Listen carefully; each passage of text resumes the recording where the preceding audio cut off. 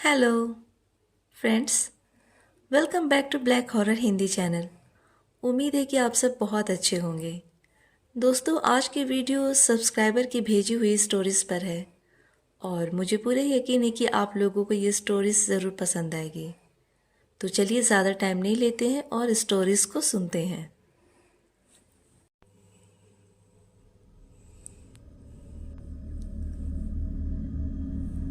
ये स्टोरी मुझे मेरे चैनल के एक सब्सक्राइबर हैं, उन्होंने भेजा है और उन्होंने नाम बताने से भी मना किया है। आइए उनके पॉइंट ऑफ व्यू से इस स्टोरी को सुनते हैं। हमारे घर में एक छोटी सी किचन थी जिस पर एक स्लैब बनी हुई थी। मैं स्लैब का सहारा लेकर खड़ा हुआ था। बाहर मेरे पापा घास काट रहे थे।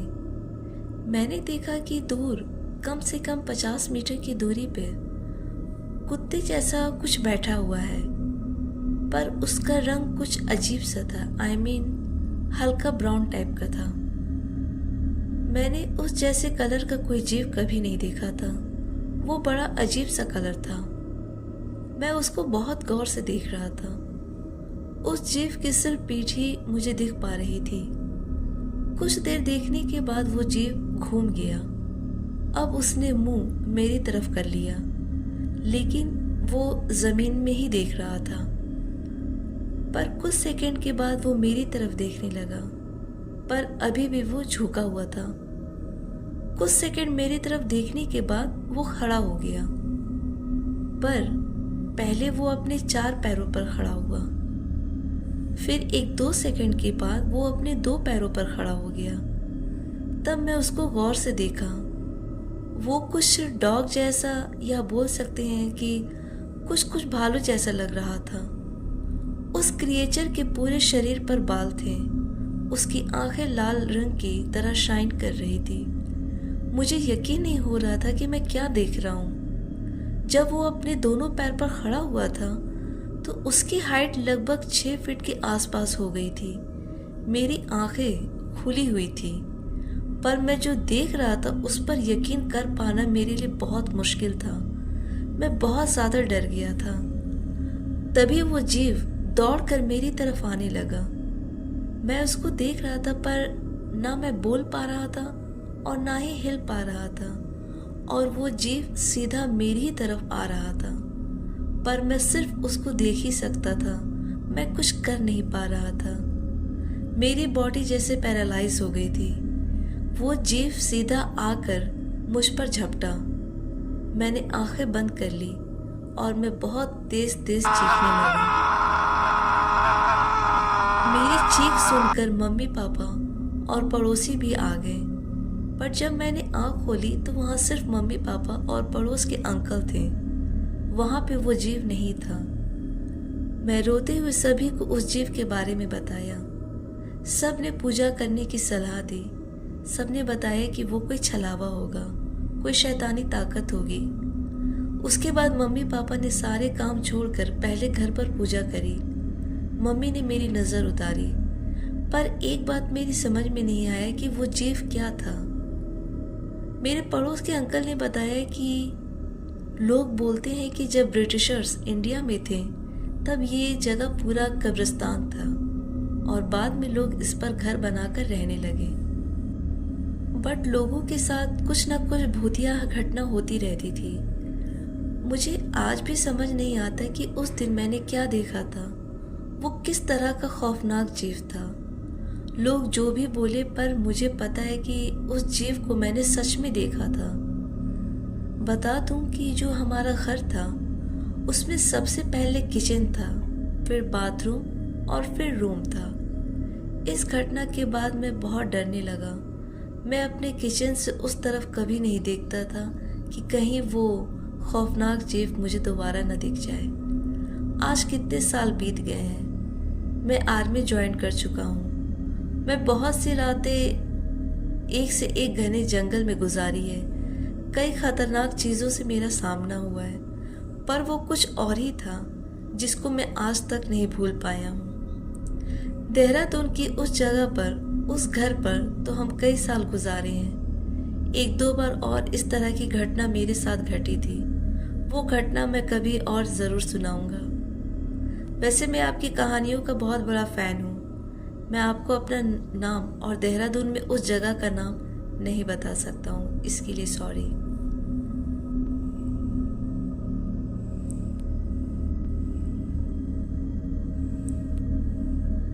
ये कहानी मुझे यूपी से इकबाल जी ने भेजी है। आइए उनके पॉइंट ऑफ व्यू से इसको सुनते हैं।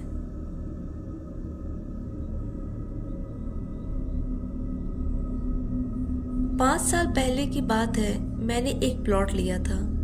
बट ये प्लॉट बहुत ही सुनसान एरिया में था। वहाँ लोग बस ना के बराबर थे। लोगों के कम होने की वजह से मैंने अभी कंस्ट्रक्शन का काम स्टार्ट नहीं किया था। 1 साल के बाद एक घर वहाँ बनना शुरू हुआ, तो मैंने भी सोचा कि मैं भी बनवा लेता हूँ। दोस्तों, मेरा प्लॉट सिटी से दूर था। जहाँ मेरा प्लॉट था वहाँ आसपास बहुत घने जंगल थे और उस प्लॉट की तरफ जाने वाले रास्ते में एक कब्रिस्तान पड़ता था। मेरे प्लॉट पे कंस्ट्रक्शन का काम शुरू हो गया था। कुछ दिन बाद मेरी कजन्स उस प्लॉट के आसपास के जंगल को एक्सप्लोर करना चाहते थे। हम लोग एक दिन खाने पीने का सामान और उसके अलावा ज़रूरी सामान लेकर वहाँ प्लॉट पे पहुँच जाते हैं। रात हो जाती है, चारों तरफ काफ़ी अंधेरा था। हम लोग इमरजेंसी लाइट लेकर आए थे जिसको हम यूज़ कर रहे थे। हम लोग बारबेक्यू का प्लान करते हैं। हम बारबेक्यू का सेट रेडी कर लेते हैं। दोस्तों, जैसे मैंने पहले बताया कि मेरे प्लॉट पे कंस्ट्रक्शन का काम अभी स्टार्ट ही हुआ था। सो मेरे प्लॉट पे जो मेन गेट लगा था, उस गेट के नीचे 1 फीट से ज़्यादा स्पेस था। उस गेट के नीचे से कोई भी इजीली अंदर बाहर आ जा सकता है। हमने बारबेक्यू शुरू किया था। तभी ऐसा लगता है कि जैसे उस गेट के बाहर से लेफ्ट से राइट कोई चलकर गया हो। इस चीज को मेरे सभी कजन्स नोटिस करते हैं और एक दूसरे को देखते हैं कि कहीं कोई हम में से बाहर तो नहीं गया है। बट सभी लोग वहां बारबेक्यू के पास बैठे थे। ये देखकर सब हैरान हो जाते हैं कि अगर सब यहाँ हैं तो बाहर कौन चल रहा था। और यहाँ आसपास कोई घर भी नहीं था। ये सब सोचकर हम सब डर जाते हैं कि इस जगह पे कौन आ सकता है। फिर सभी वेट करते हैं देखने के लिए कि क्या फिर यहाँ से चलकर कोई जा रहा है।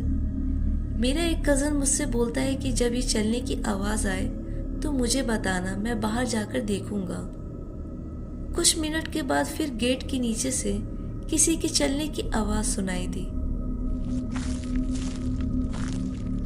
उस आवाज को सुनकर मेरे कजन ने गेट खोला, बट बाहर कोई भी नहीं था। हम सभी लोग बहुत खौफ में आ जाते हैं। हमारा जो बारबेक्यू का प्लान था उसे हम कैंसिल करते हैं। हम अपने सामान को पैक करने लगते हैं। फिर मैं देखता हूँ कि उस गेट के नीचे जो स्पेस था वहां से कोई हमें देख रहा है। ऐसा लग रहा था कि जैसे कोई उल्टा खड़ा होकर के हमें देख रहा है। मैं सभी को दिखाता हूँ। जब सब उस गेट के नीचे देखते हैं तो वो जो कुछ भी था वो अपने सिर को पीछे कर लेता है। ये देख कर के सब पैनिक होने लगते हैं। हम इमीडिएट किसी तरह डरते हुए अपने सामान को कार में रख कर वहाँ से भागते हैं। जब हम कार ड्राइव कर रहे थे तभी हमारे पीछे कोई बहुत भयानक चीख रहा था। हम जब कब्रिस्तान वाले रास्ते में आते हैं तो अजीब अजीब सी आवाज़ें आती हैं। हम सब आयतल कुर्सी पढ़ते हैं और किसी तरह घर आते हैं। दूसरे दिन ये सारी घटना हम घर पे बताते हैं। सब बोलते हैं कि कब्रिस्तान वाले रास्ते से गुजरने की वजह से कोई बुरी रूह यानी कि कोई बुरी आत्मा हमारे पीछे पड़ गई थी।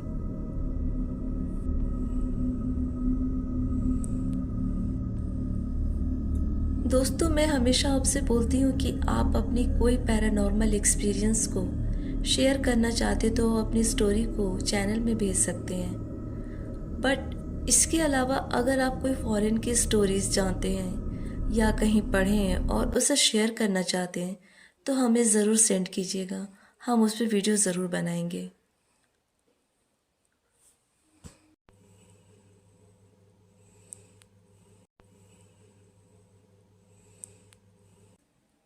ये लास्ट स्टोरी हमारे चैनल के सब्सक्राइबर जिनका नाम शगुन है उन्होंने भेजी है। आइए इस स्टोरी को उनके पॉइंट ऑफ व्यू से सुनते हैं।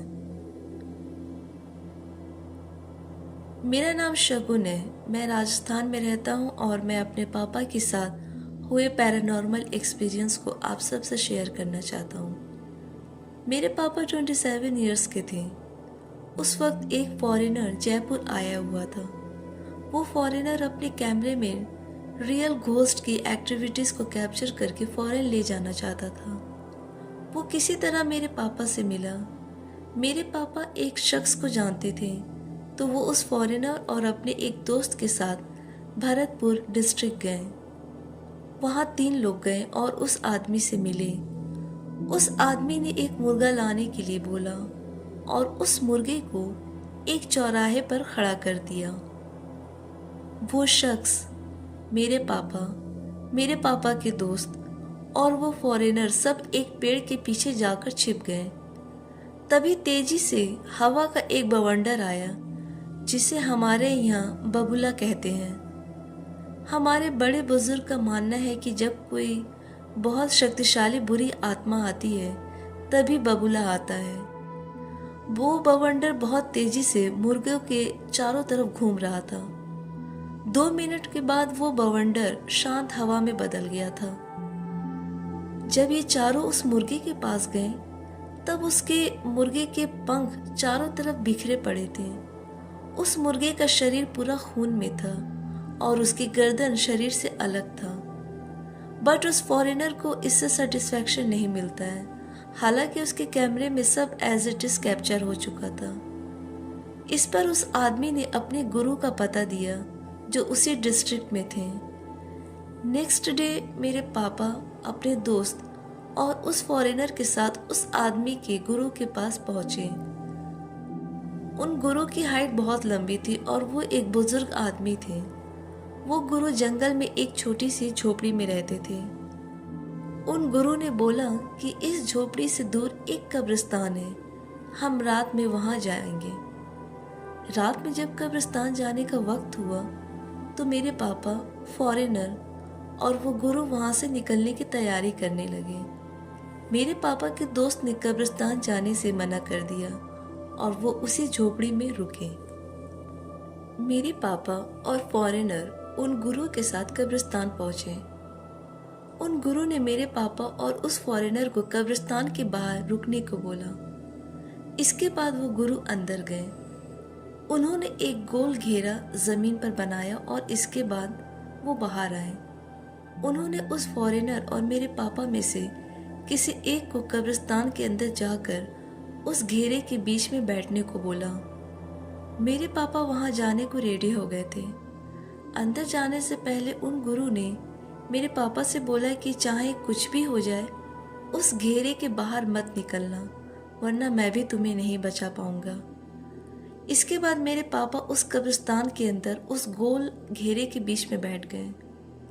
इसके बाद उन गुरु ने आंखें बंद की और एक मंत्र पढ़ा, जिससे उस कब्रिस्तान में आत्माओं के चीखने चिल्लाने की बहुत जोर से आवाज़ों का आना शुरू हो गया। वो आवाज़ें इतनी खतरनाक थी जो किसी को भी डरा सकती थी। ये सब 15 मिनट तक चला। इसके बाद उन गुरु ने मेरे पापा से पूछा, डर लग रहा है क्या? मेरे पापा दिल मजबूत करके भारी आवाज में कहा, बिल्कुल भी नहीं लगा। इस पर वो गुरु मुस्कुराए और बोले, तो अब देख। इसके बाद उन्होंने अपना हाथ अपने सीने पर रखा और आंखें बंद की, और जो हुआ वो बहुत ही खतरनाक था। उस घेरे के बाहर की जमीन से बहुत सारे काले साए निकलने लगे और इस बार तो उन आत्माओं की चिल्लाने की आवाज पहले से भी ज्यादा तेज और खौफनाक हो चुकी थी। वो काले साए हवा में उड़ रहे थे। मेरे पापा ने उस वक्त अपने मन को शांत और दिल को मजबूत रखा था। ये सब करीब 30 मिनट तक चला। इसके बाद वो गुरु बोले, अब कोई खतरा नहीं है, बाहर आ जा। इसके बाद उन गुरु ने मेरे पापा से बोला कि तुम बहुत बहादुर आदमी हो। मुझे लगा कि तुम दूसरी बार में वहां से भागोगे, लेकिन तुमने अपने आप पर काबू रखा। इसके बाद ये तीनों झोपड़ी में आए। अगले दिन जब सब सोकर उठे तो उस फॉरेनर का कैमरा झोपड़ी के बाहर बिखरा हुआ पड़ा था। वो कैमरा पूरी तरह से डैमेज हो चुका था। अपने कैमरे को टूटा हुआ देखकर वो फॉरेनर बहुत अपसेट हो गया।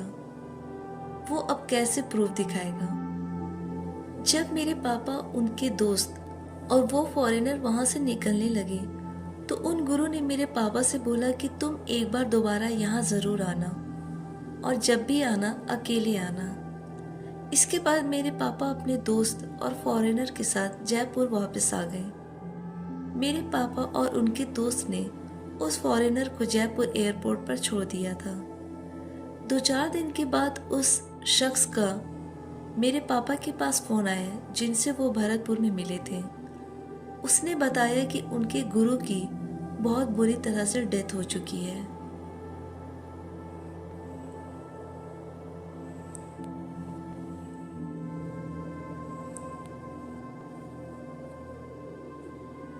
सो दोस्तों, आज की वीडियो और स्टोरीज आपको कैसी लगी हमें कमेंट में ज़रूर बताएं।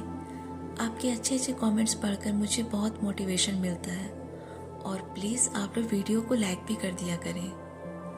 और आप लोग मेरे चैनल को अपने फ्रेंड्स और फैमिली के साथ ज़रूर शेयर करें ताकि इसकी रीच बढ़े। साथ ही आप चाहते हैं कि अगर आपकी स्टोरीज़ को मैं अपनी आवाज़ दूँ तो डिस्क्रिप्शन में दिए गए लिंक पे अपनी स्टोरीज़ को भेजें, हम उस पर वीडियो ज़रूर बनाएंगे। चैनल पे जो नए दोस्त हैं उनसे रिक्वेस्ट है कि चैनल को ज़रूर सब्सक्राइब करें, और जिन्होंने सब्सक्राइब किया है उनका बहुत बहुत शुक्रिया। दोस्तों, आप और किस किस टॉपिक्स पे वीडियो चाहते हैं हमें कमेंट में ज़रूर बताएं। Thanks for watching video. आज के लिए इतना ही, मिलती हूँ अगली वीडियो में। Till then bye and take care. I love you all.